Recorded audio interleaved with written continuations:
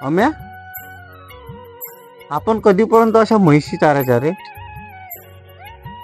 आपणही कुठं मस्त एसी रूमच्यात काम करायचं, तिची एक चांगली पोरगी पाहायची, तिच्या संग लग्न करायचं, मस्त तिच्या संग सेटल होऊन जायचं.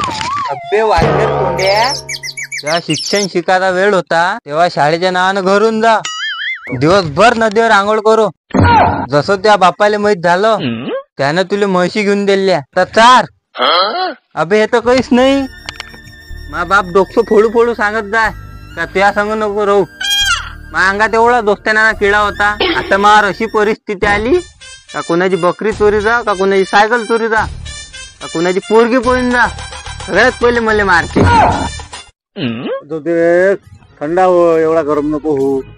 किस्मतच्यात जे लिहिलं आहे ते तू आपल्या किस्मतच्यात म्हशीचार रस लिहिले आहे, म्हशीच चारू. चल आज मस्त दूध विकून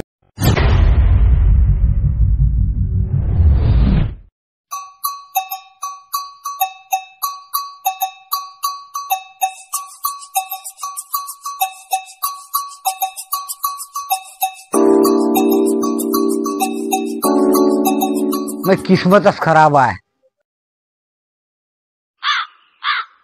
मला पियासारखा पोरगा भेटला, असा पोरगा तर दुश्मनाला नाही भेटा. विचार केलता चांगल्या घरच्या पुरुषांनी लग्न केलं असतं तर मोठा हुंडा भेटला. मी काय करू बाबा, मला जो पाहुणा पाहिले येते तो घरापर्यंत पोहोचतच नाही, कोणतरी रस्त्यातच पनोती लावते. हे लग्न जुटत नाही. मी याच्यासाठी परेशान नाही.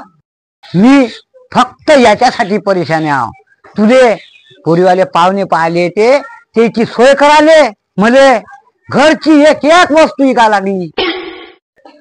आता अशी परिस्थिती आली, दरवाजा नाही राहिला घराले. मी काय करू बाबा, मला पाहुणा पाहिले घरापर्यंत येत असत नाही. अबे हे तोंड धू, चांगले कपडे घाल, पोरीवाले येऊन तुले पाहिले. अरे देवा, हे लग्न जुटू दे. ह्या पाहुण्याची सोय करासाठी आज म्या हे घर घाण ठेवलं. हे लग्न का जुटलं नाही तर मला रस्त्यावरच यायला. बोलले जाणार उडून त्यांना त्यांना मोठी येऊन आल्या मला.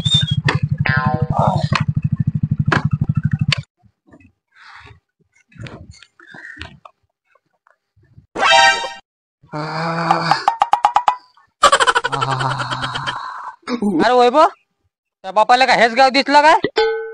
लुचाड लोक आहे गावातले. पोरगा गिरगा पाहिला होता त्या? मी आता न पाहता रिजेक्ट केला. विचारपूस केली ती?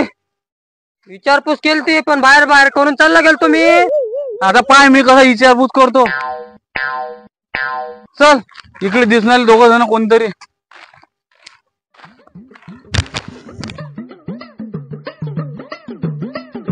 अरे गरीबाचे भाऊ कदम,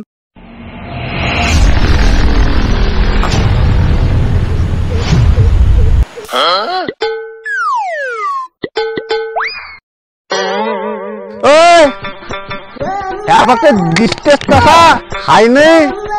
आवाज खाली कर. अरे भाऊ तुम्ही तेच होय ना, ह्याच होय का तो पोरगा? अरे नाही हो, तुमच्या गावातलं 104 वर्षाचं म्हातारं मेला काय, ज्याच्या पाठीवर कवच होत नाही. मग काय त्याला धरणात सोडलं काय नाही? उगा रे तू उगा. मी माहित आहे का कोण आहे? IB वाला. राजे हो, तुम्ही थोडेसे लेट आले. आम्ही आत्ताच जेवण करून आलो आणि जेवण केल्यावर आहे का नाही हे आम्हाला चढत नाही. एका शापडी तोंडच पळण. ते IB नाही, IB म्हणजे इंटेलिजंट ब्युरो. आम्हाला तर एकच माहित आहे, इम्पिरियल ब्ल्यू.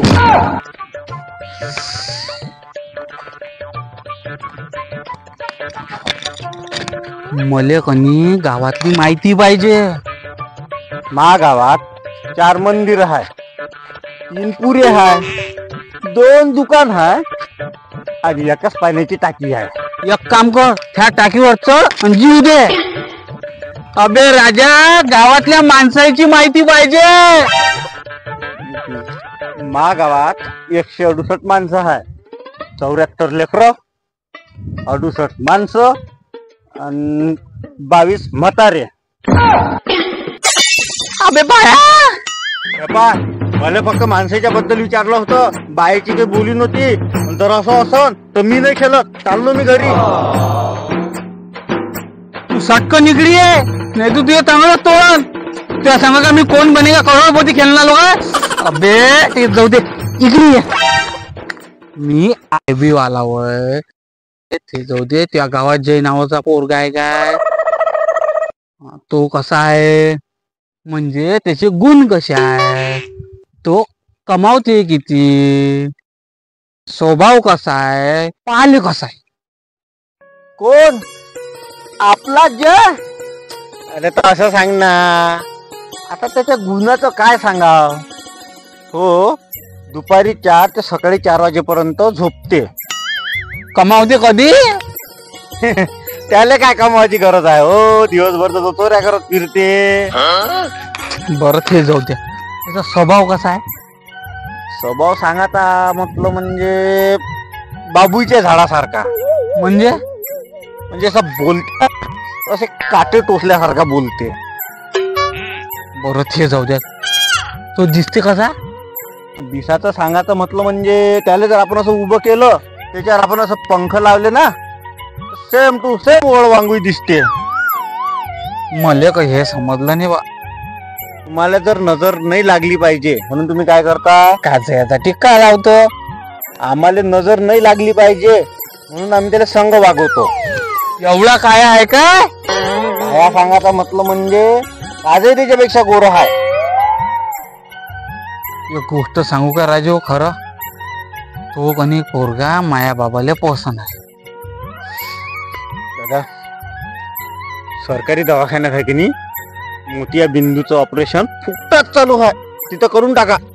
कुणाले आहे मोतिया बिंदू? तुमच्या बाबाले. माया बाबाले तर चांगले दिसते राजू. अरे तुमच्या बाबाला जर चांगलं दिसलं असतं तर एवढा काळा पोरगा पसंत केला असता का. अरे अलकेश, इथून त्या राजा एक नंबर काम केलं. बरं झालं पोरगा पाहिला नाही. मी पोरगा पाहत नाही. कोणाला लावून आला फोन? थांब ना.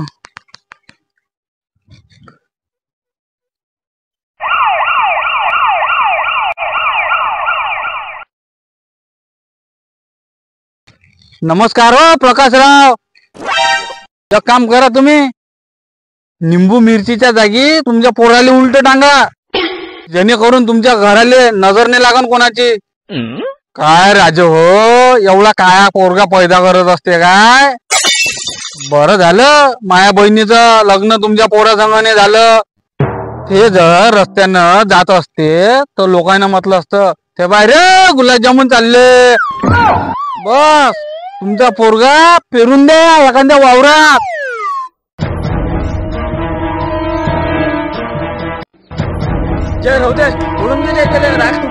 अभ्यास आज त्याच्या रक्तानच आंघोळ करतो. अरे मूर्खा, गावात 2-2 टाइम पाणी येऊन आलं, स्वच्छ पाण्यानं आंघोळ करणं, रक्तानं काय आंघोळ करत.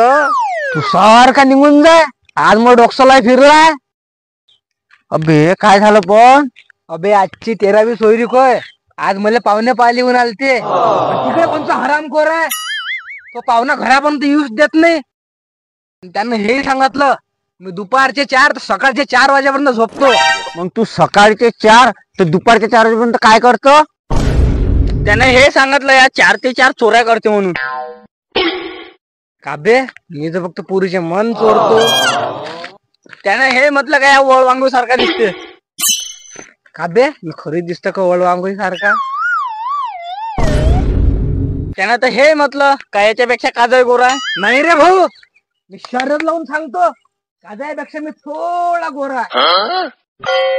माश्राप आहे त्याले, तो मुंजा मरण आणि असे असे हातपाय विन त्याचे आणि एवढा इकडे पडन आणि बस. अबे असा श्राप नसते द्या लागत. 12 सोयरी कहीत माझ्या घरचं एक एक सामान गेलं. आजची 13वी सोयरी होती. पाहुण्याची व्यवस्था करासाठी ना घर गाण ठुलं पण पाहुणे तर नाही आले. आम्ही तर रस्त्यावर आलो आणि तू म्हणत का त्याला श्राप नको देऊ. अबे जय असं हिम्मत नाही हारा लागत. भगवान के घर देर है अंधेर नाही. आणि तू आहे की थोडं तोंडाला काहीतरी लावत जाय म्हणजे गोरा दिसशील. मग एखादी पोरगी पसंत कर. जय त्या दिलेला श्राप वापस घेऊन घे. असं कोणी मुंजर येईन तर चांगलं वाटन काय लेका. तू होय समोर आलोच मी. जर तुम्हाला कोणी पाहुणे पाहिली उन्हाले असन तर सावध राहा. रस्त्यानं सोयरीला तोडणारे लय जण उभे आहे. जर तुम्हाला हा व्हिडिओ आवडला असेल तर लाईक करा. कसा वाटला कमेंट करा आणि हा व्हिडिओ जास्तीत जास्त शेअर करा. जर तुम्ही गावातल्या तमाशाचे पूर्ण भाग पाहिले नसेल तर इथे क्लिक करून गावातले तमाशाचे पूर्ण भाग पाहू शकता. जर तुम्ही चॅनलवर नवीन असाल किंवा अजून चॅनल सबस्क्राईब केलं नसेल तर इथं क्लिक करून चॅनल सबस्क्राईब करून घ्या. असेच कॉमेडी व्हिडिओ आम्ही तुमच्यासाठी घेऊन येऊ. आता तुमच्या सपोर्टची लय गरज आहे म्हणून चॅनल सबस्क्राईब करून घ्या. धन्यवाद.